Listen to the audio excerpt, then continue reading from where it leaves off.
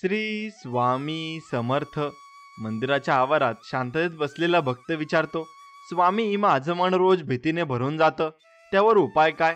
दुसरा भक्त डोळ्यात पाणी आणून म्हणतो, माझ्या घरात सतत वाद होतात आणि ते का होतात? तिसरा भक्त हात जोडून म्हणतो, माझ्या आयुष्यात समाधान नाही, मार्ग दाखवा. त्या क्षणी स्वामी समाधानी चेहऱ्याने भक्तांकडे पाहतात आणि जणू काही गूढ संदेश द्यायला ते ओठ उघडतात. आणि स्वामी असं म्हणतात की जीवन म्हणजे एक अखंड प्रवास आहे आणि या प्रवासात संघर्ष हा प्रत्येकाच्या वाट्याला येणारच.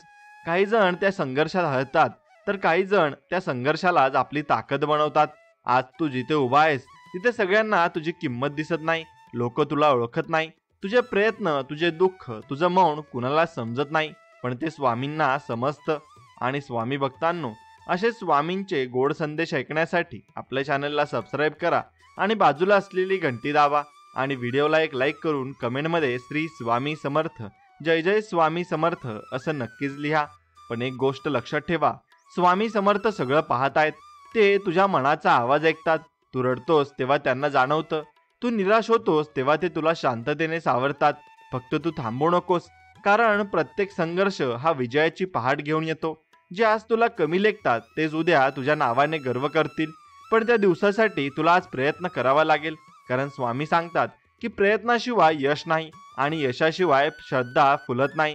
तुला वाटतं का की तुझं नशीब बंद आहे? नाही बाळा, नशीब कधी बंद होत नाही, ते फक्त उघडण्यासाठी योग्य वेळेची वाट बघतं. म्हणून संयम ठेव, श्रद्धा ठेव आणि काम करत राहा, कारण जेव्हा वेळ येते तेव्हा परिस्थिती स्वतः वागते आणि देव स्वतः मार्ग दाखवतो. पण जो प्रयत्न सोडतो तो नशिबालाही हरवतो. म्हणून तू प्रयत्न सोडू नको. लोक असतील, टोचतील, तुझं मन डळमळेल, पण थांबू नकोस, कारण प्रत्येक हसण्यातून तुला स्वतःची ओळख तयार करायची आहे. लोकांना काही फरक पडत नाही तू पडतोस की उठतोस, पण स्वामींना फरक पडतो. ते तुझ्या प्रत्येक प्रयत्नाकडे पाहतात आणि तुझ्या डोळ्यातील श्रद्धा पाहून आनंदित होतात. तू जिथे असशील तिथे त्यांचा हात तुझ्या पाठीशी आहे, पण तू त्या हातावर विश्वास ठेवशील तेव्हाच त्यांची कृपा वाहू लागते. म्हणून विश्वास ठेव आणि स्वतःवर शंका आणू नकोस. तू अयशस्वी नाहीस, तू फक्त तयार होत आहेस आणि तयार होणाऱ्याला वेळ लागतो, कारण देव ज्याच्याकडून मोठं काम करून घेतो त्याला आधी संकटात तपासतो. कारण ज्याने दुःख अनुभवलं तोच दुसऱ्याला दिलासा देऊ शकतो. म्हणून सध्या जे चाललंय ते परीक्षा आहे, पण ही परीक्षा तुझ्या वाढीची पहिली पायरी आहे. तुला जे मिळत नाही त्यावर नाराज होऊ नको, कारण देव जे देत नाही ते कधी कधी तुझ्या भल्यासाठीच असतं. तू आज पडतोस ते पुढे उभं राहण्यासाठीच, तू आज रडतोस ते उद्या हसायला शिकण्यासाठीच, तू आज हरतोस ते विजयाची किंमत समजण्यासाठीच. म्हणून प्रत्येक अडथळा तुला मजबूत करत आहे, प्रत्येक वेदना तुला शहाणं बनवत आहे आणि प्रत्येक विलंब तुझा योग्य क्षण तयार करत आहे. म्हणून रडू नको, कारण स्वामी तुझ्या प्रत्येक अश्रूमध्ये आहेत आणि तू जसा रडतोस तसाच ते सावरतात. तुला एकटा नाहीस, तू हरलेला नाहीस, तू फक्त तयार होत आहेस. आणि जीवनात जेव्हा सर्व दरवाजे बंद होतात तेव्हा स्वामी एक गुप्त दार उघडतात, पण ते दार फक्त श्रद्धेनेच उघडतं. म्हणून विश्वास ठेव आणि पुढे जात राहा, कारण एक दिवस तुझं नाव आदराने घेतलं जाईल. तुझा संघर्ष हा इतरांसाठी प्रेरणा बनेल आणि तेव्हा तुला समजेल की हे सगळं व्यर्थ नव्हतं. तुझे झेललंस ते आवश्यक होतं, कारण या जगात प्रकाश ओळखण्यासाठी अंधारातूनच जावं लागतं आणि श्रद्धा समजण्यासाठी संकटातूनच मार्ग काढावा लागतो. म्हणून स्वामी सांगतात, थांबू नकोस, तक्रार करू नकोस, फक्त चालत राहा, कारण प्रत्येक पाऊल तुझ्या विजयाच्या जवळ नेणार आहे. आणि जेव्हा तुला वाटेल की सगळं संपलंय तेव्हा मी तुझ्या सोबत असेन, कारण मी कधीच तुझा त्याग करणार नाही, असं स्वामींचं वचन आहे. जेव्हा लोक म्हणतात की आता काही होणार नाही, तेव्हाच देव म्हणतो आता होईल. आणि हेच सत्य आहे. तू निराशेत अडकला आहेस कारण तू स्वतःला हरवला आहेस, पण आजपासून स्वतःला पुन्हा शोध. स्वतःला सांग, मी हे करू शकतो, कारण देव त्यांनाच मदत करतो जे स्वतःवर विश्वास ठेवतात. म्हणून स्वतःवर विश्वास ठेव. भूतकाळात काय झालं ते विसर, भविष्य काय असेल ते देवावर सोड आणि वर्तमानात कर्म कर, कारण जेव्हा तू कामात तन्मय होतोस तेव्हा देव तुझ्यात उतरतो.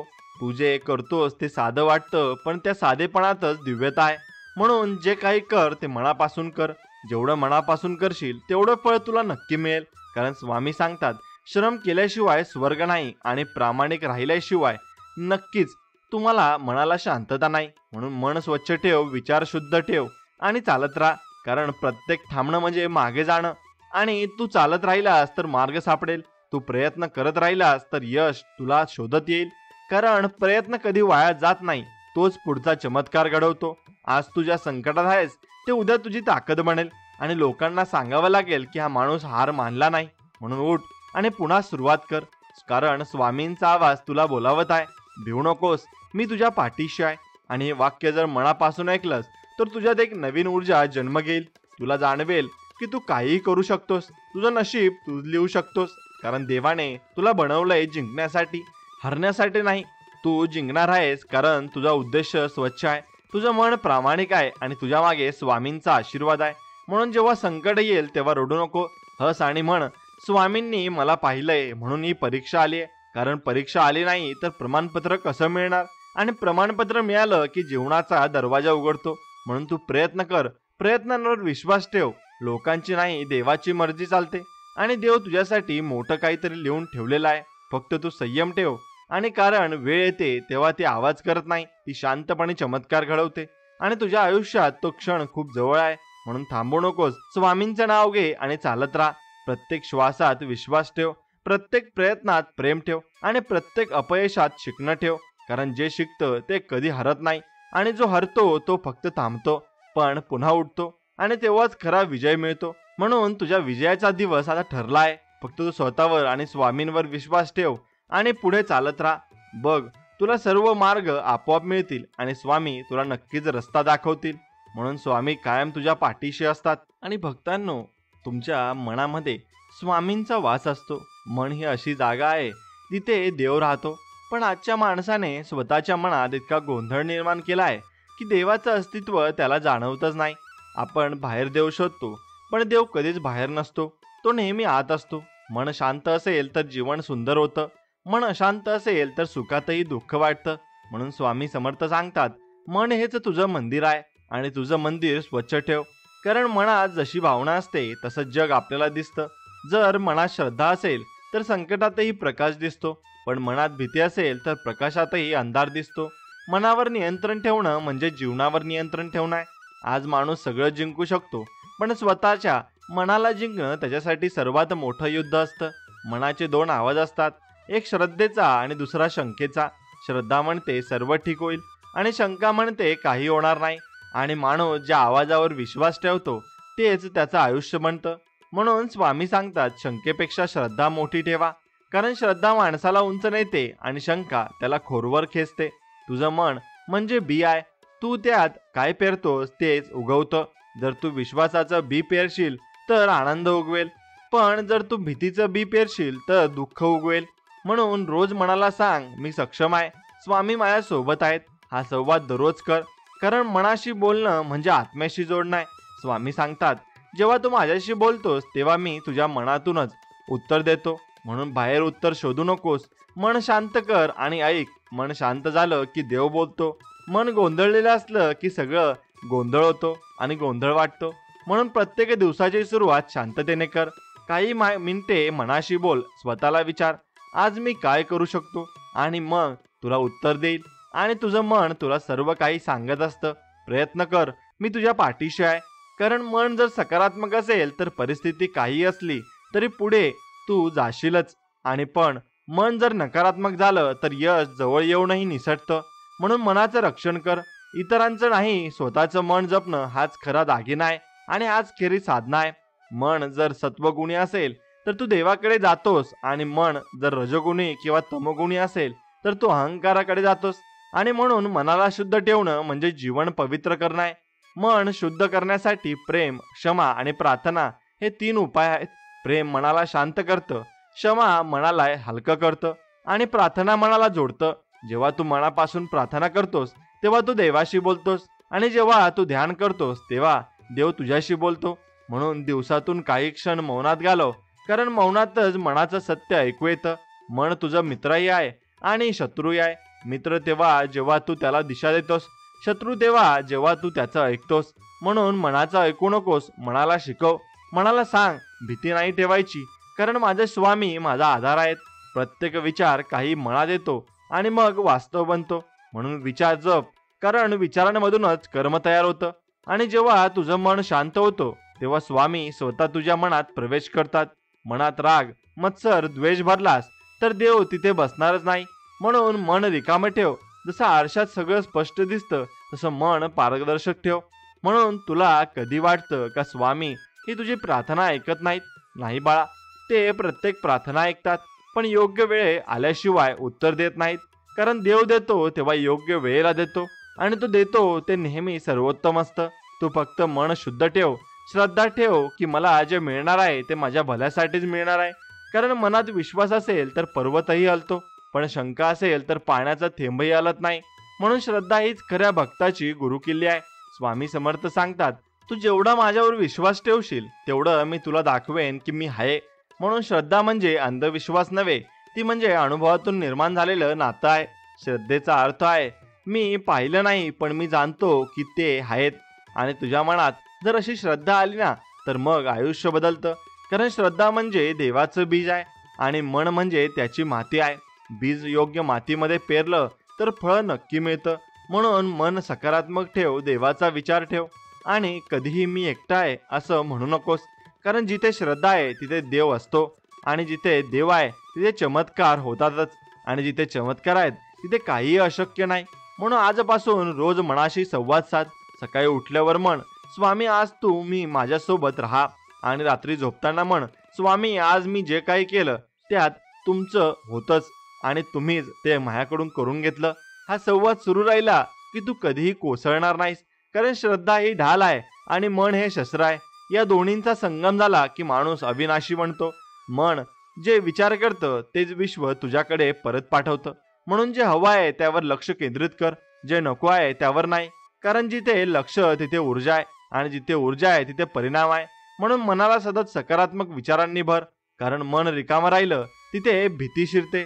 तू मनाला सतत सांग, मी समर्थ आहे, स्वामी माझ्या सोबत आहेत. ते म्हणत राहिलास की एक दिवस तुला जाणवेल की तुझं मन तुझ्या नियंत्रणात आलं आहे. आणि ज्या दिवशी मन तुझ्या नियंत्रणात येईल त्या दिवशी जीवनही तुझ्या नियंत्रणात येईल. मन म्हणजे समुद्र आहे, लाटा उठतात पण गाभा शांत असतो. तसंच आपलं मन आहे. बाहेर वादळ असलं तरी आत श्रद्धा असेल तर सगळं स्थिर राहतं. म्हणून कोणत्याही प्रसंगात मन डळमळू देऊ नकोस. कारण मन ढळलं की श्रद्धा ढळते, श्रद्धा ढळली की मार्ग हरवतो. म्हणून स्वामी सांगतात, तुझं मन जप, कारण त्यात मी राहतो. म्हणून आजपासून तुझं मन देवाचं मंदिर बनव. भावना स्वच्छ ठेव, विचार निर्मळ ठेव, आणि कर्म पवित्र ठेव. जाणवेल की तुझं मन मग देव यांच्यात कोणताही फरक नाहीये. आणि तुझं मन पवित्र ठेवल्यावर जेव्हा तुझं मन स्वच्छ असेल ना, तेव्हा देव दिसेल, आणि प्रत्येक ठिकाणी दिसेल, प्रत्येक माणसात, प्रत्येक प्रसंगात. आणि तेव्हाच तुला जाणवेल की तुझं मन देव यांच्यात कोणताही फरक नाहीये, ते एकच आहेत. फक्त ओळखण्याची गरज आहे. आणि जो मन ओळखतो तो देव ओळखतो. म्हणून तुझं मन शांत ठेव, आणि श्रद्धा कायम ठेव, आणि विश्वासाने जग. कारण श्रद्धेचं मन म्हणजे स्वामींचं स्थान, आणि जे स्थान जपणं म्हणजे जीवनाचं यश आहे. आणि हे यश आपल्याला मिळवायचं आहे. म्हणून गर्व, अहंकार आणि नम्रतेचा बोध हा तुला असलाच पाहिजे. जीवनात माणूस जेव्हा काही थोडं मिळवतो, थोडं यश, थोडं नाव, थोडं मान मिळवतो, तेव्हा त्याला मनात एक आवाज हळूहळू उठतो, हे माझ्यामुळे झालंय. हाच तो क्षण असतो जेव्हा माणूस देवापासून दूर जायला लागतो. कारण स्वामी समर्थ सांगतात, अहंकार म्हणजे अंधार आहे. ज्या दिवशी माणूस मी म्हणतो त्या दिवशी देव म्हणतो मी नाही. कारण देव फक्त त्या मनात राहतो जे नम्र असतं.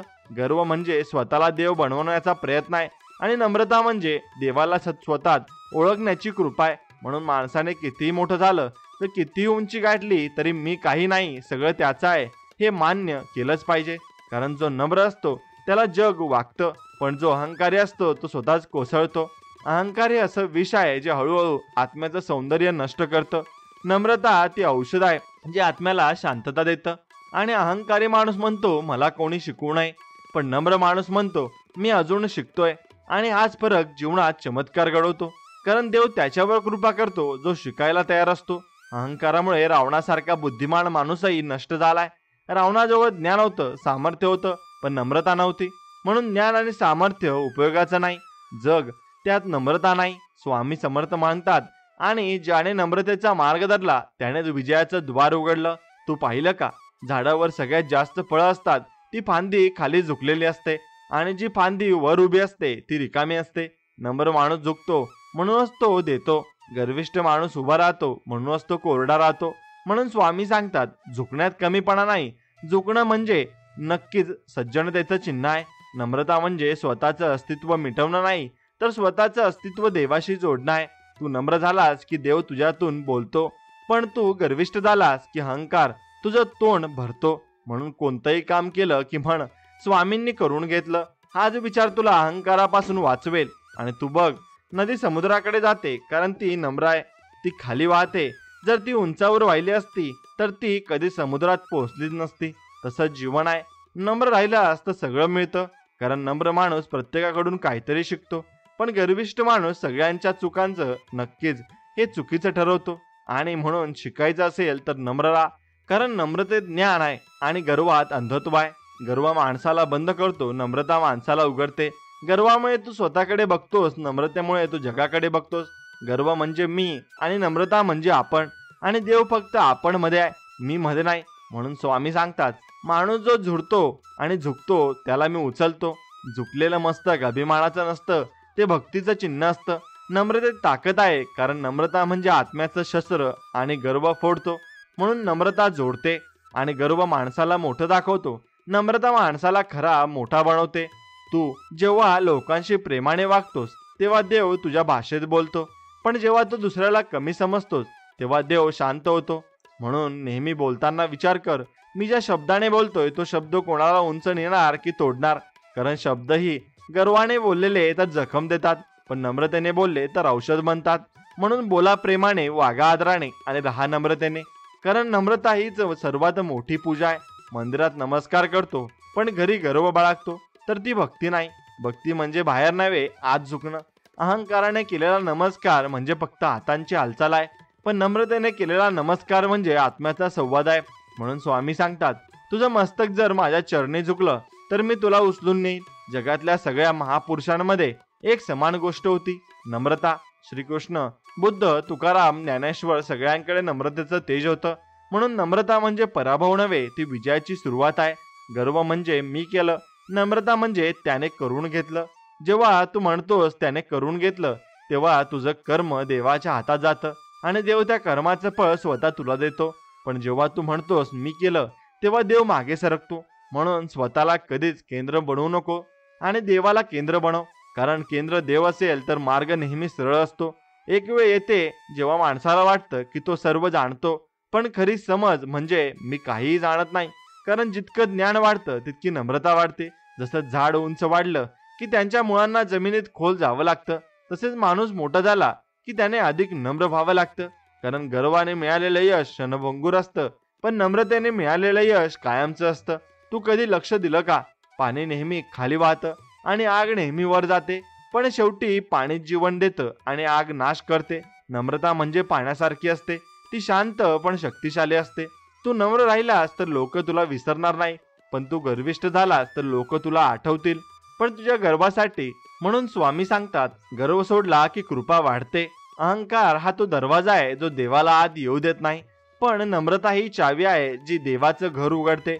म्हणून मनात जर कधी गर्व आला ना, तर लगेच स्वतःला सांगा, मी काही नाही, सगळं स्वामींचं आहे.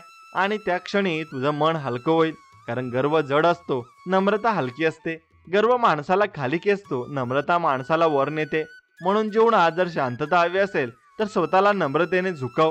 कारण जो झुकतो तो तुटत नाही, जो वागतो तो वाचतो, आणि जो वाचतो त्याला स्वामी उचलतात.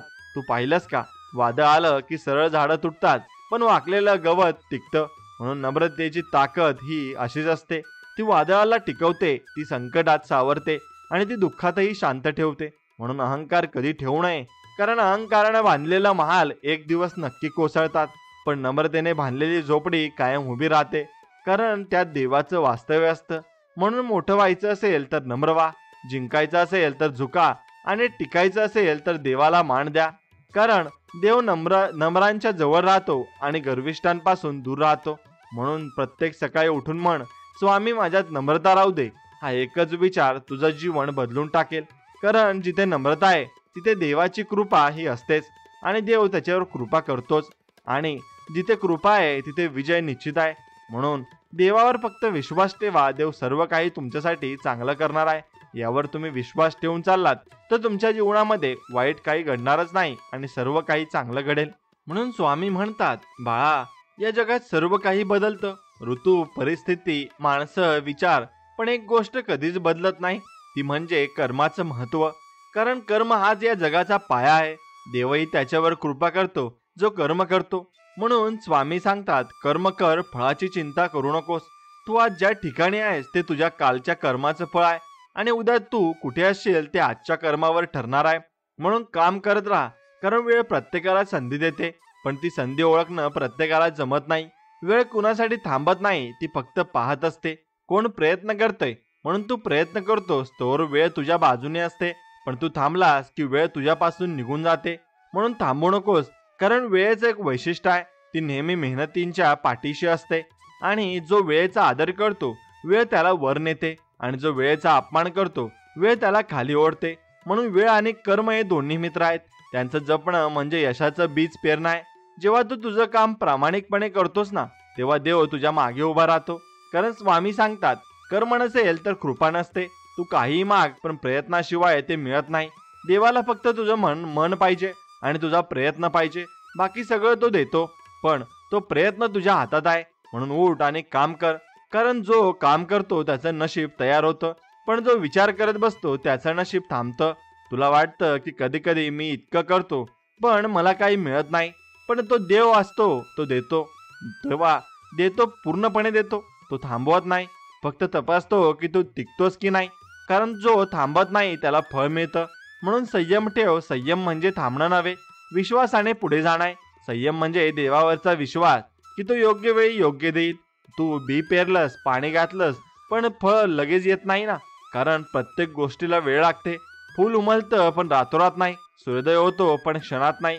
तसंच तुझं यशही येणार आहे, पण योग्य वेळेवर. म्हणून उतावळे होऊ नकोस. स्वामी सांगतात, वेळ आली की सगळं मिळतं, पण जो वेळेच्या आधी मागतो तो रिकामा परततो. कारण देव कधी देत नाही उशिराने, तो देतो तयार झाल्यावर. आणि तयार होणं म्हणजे संयम ठेवणं. म्हणून जेव्हा काही होत नाही असं वाटतं, तेव्हा स्वतःला सांग, कदाचित ही वेळ माझी तयारी चालू आहे. देव तुला तयार करतोय, मजबूत करतोय, कारण पुढचं फळ मोठं आहे. म्हणून थांब, पण विश्वासाने थांब. कारण संयम ही कमजोरी नाही, ती भक्तीची सर्वात मोठी ताकद आहे. तू पाहिलं का, नदी किती शांत वाहते, पण ती तिचं ध्येय सोडत नाही. वारा किती हलका असतो, पण तो पर्वतही घासतो. तसंच संयम असलेला माणूस कधीही थकून बसत नाही, तो चालत राहतो. संयम माणसाला शांत करतो, आणि शांत माणूस योग्य निर्णय घेतो. अधीर माणूस निर्णय घेतो रागाने, पण संयमी माणूस घेतो विचाराने, आणि विचाराने घेतलेला निर्णय नेहमी योग्य असतो. म्हणून निर्णय घाईत घेऊ नको. वेळेला काम करू दे.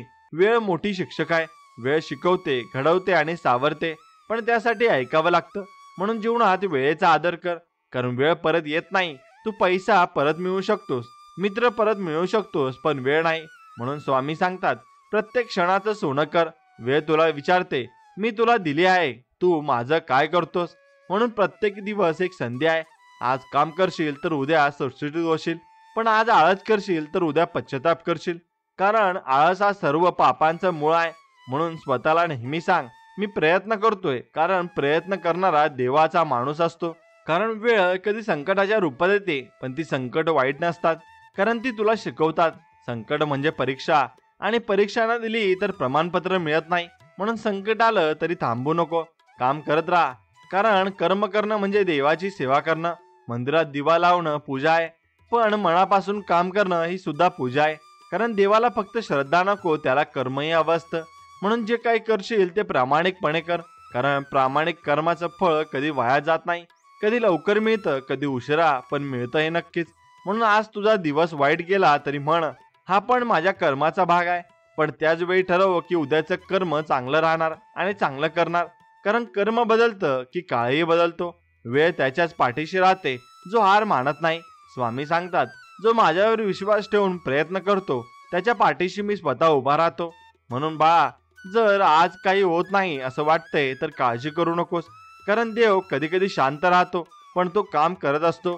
तसं शेतकरी पेरणी केल्यानंतर काही दिवस करत नाही, आणि पण त्याला माहिती असतं की बीज आत वाढतंय.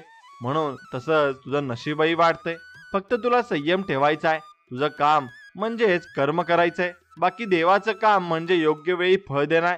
म्हणून दोघांचं काम एकमेकात मिसळू नकोस. तू काम करत राहा, तो फळ देईल. तू जितका संयमी राहशील तितकं तुझं फळ गोड असेल. कारण घाईत घेतलेलं फळ कडू लागतं. संयम म्हणजेच देवावरचा विश्वास आणि स्वतःवरील भरोसा आहे, आणि हे दोन एकत्र आले की माणूस अजय होतो. म्हणून वेळ आणि कर्म आणि संयम हे तीन गोष्टी आयुष्याचं त्रिकूट आहेत. त्यांचं संतुलन राखलं की जीवन सुरळीत चालतं. वेळ शिकवते, कर्म पुढे नेतं आणि संयम सावरतो. हे तीन स्वामींचे तीन रूप आहेत, काळ, कृती आणि कृपा. म्हणून कोणतीही परिस्थिती आली तर मन हे स्वामींचं रूप आहे.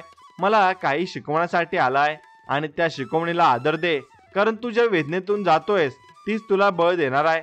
म्हणूनच संयम ठेवा, प्रयत्न करा आणि वेळेला मान द्या, कारण वेळेतच देव लपलेला आहे. ज्या दिवशी तू वेळेचा आदर करशील त्या दिवशी वेळ तुझ्यासाठी थांबेल. म्हणून आजपासून स्वतःला वचन दे, आणि मी माझं काम वेळेवर आणि मनापासून करीन. हा विचारच तुझ्या आयुष्याचं परिवर्तन आणेल. कारण स्वामी समर्थ सांगतात, वेळ आणि कर्म यांचा उपयोग करणारा भक्त कधी हारत नाही. आणि तू जर हार मानली नाहीस तर विजय तुझ्या दारात उभा आहे, हे मात्र नक्की आहे. म्हणून विजय मिळवण्यासाठी तुम्हाला स्वामींच्या भक्ती इथे राहावंच लागेल. आणि स्वामींची भक्ती केली की तुम्हाला फळ हे नक्कीच मनापासून मिळणार आहे. त्यामुळे भक्ती ही मनापासून करा, आणि स्वामींची भक्ती मनापासून केली की फळ हे नक्कीच मिळत असतं, हे मात्र निश्चित आहे. म्हणून जीवनामध्ये माणसाची ओळख ही खरी असते, आणि माणसाची ओळख ही त्यांच्या मित्रांपासून होत असते. म्हणून आपण कोणाच्या संग राहतो हे जास्त महत्वाचं आहे, कारण आपली संगतच ठरवते की आपल्याला कसं यश मिळेल. म्हणून बाळा, या जगात सगळ्यात कठीण गोष्ट आहे ती म्हणजे माणूस ओळखणं. कारण माणूस चेहऱ्याने नाही तर मनाने ओळखला जातो. आणि पण आजकाल माणसं मुखवटे घेऊन जगतात, म्हणून खरी ओळख सापडत नाही. तू विचार कर, आयुष्यभर तू शेकडो लोकांना भेटतोस. काही जण गोड बोलतात पण मनात वेगळं असतं, काही जण शांत असतात पण मनाने सोन्यासारखे असतात. म्हणून स्वामी सांगतात, ज्याचं मन चांगलं तोच खरा माणूस आहे. माणसाचं रूप, पैसा, पद हे सगळं बदलतं, पण मनात सौंदर्य कधीच जुने होत नाही. म्हणून खरा मित्र तो नाही जो तुझ्या यशात टाळ्या वाजवतो, तर तो आहे जो तुझ्या संकटात तुझ्या बाजूला उभा राहतो. जेव्हा तुझं आयुष्य गडबडलेलं असतं तेव्हा कोणाचा हात तुझ्या खांद्यावर आहे हे बघ, कारण संकट हेच खरी ओळख करून देतं. आणि आनंदात सगळे असतात पण दुःखात फक्त खरे राहतात.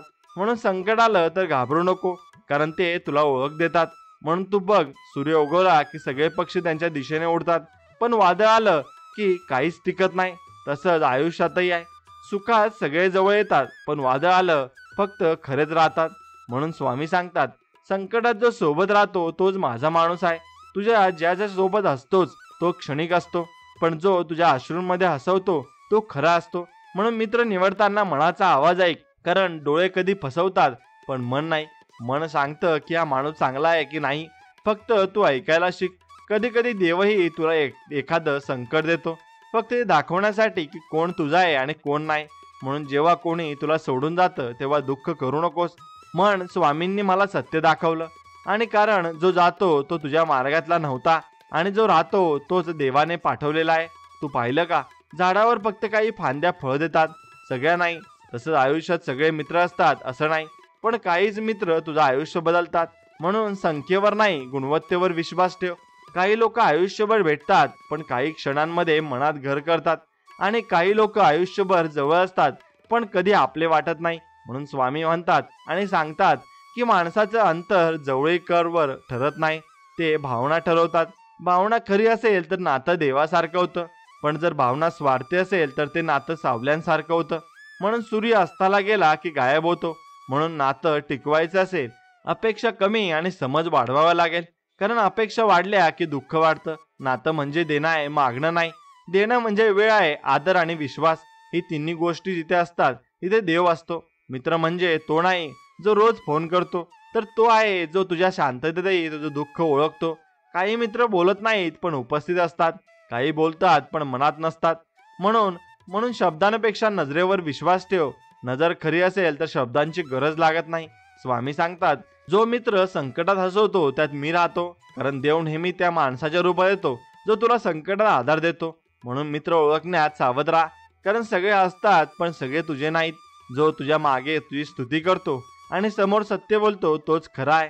जो फक्त समोर गोड बोलतो पण मागे विष पसरवतो त्याला दूर ठेव, कारण विषारी नातं मन मारतं. नातं ठेवायचं असेल तर सत्य ठेव, फसवणूक नको, कारण फसवणूक म्हणजे हळूहळू मरायचं विष आहे.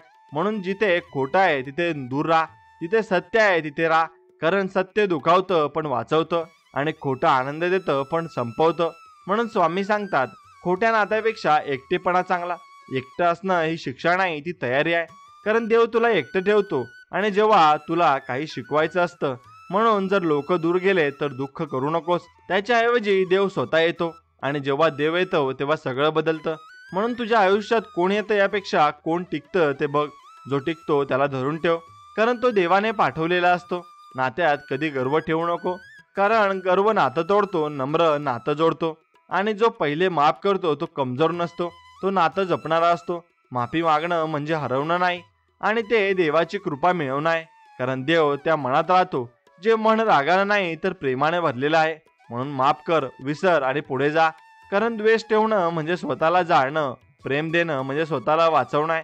म्हणून प्रेम ठेव, राग सोड, आणि लक्षात ठेव, खरा मित्र तो नाही जो तुझ्या सोबत असतो जेव्हा तुला काहीतरी मिळतं, तर तो आहे जेव्हा तुला काहीच नाही मिळालं तरी सोबत राहतो.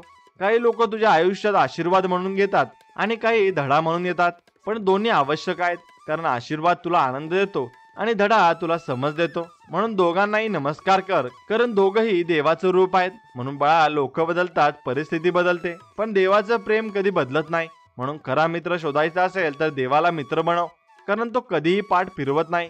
तू त्याच्याशी बोल, मन मोकळं कर, रड, हस, पण सांग.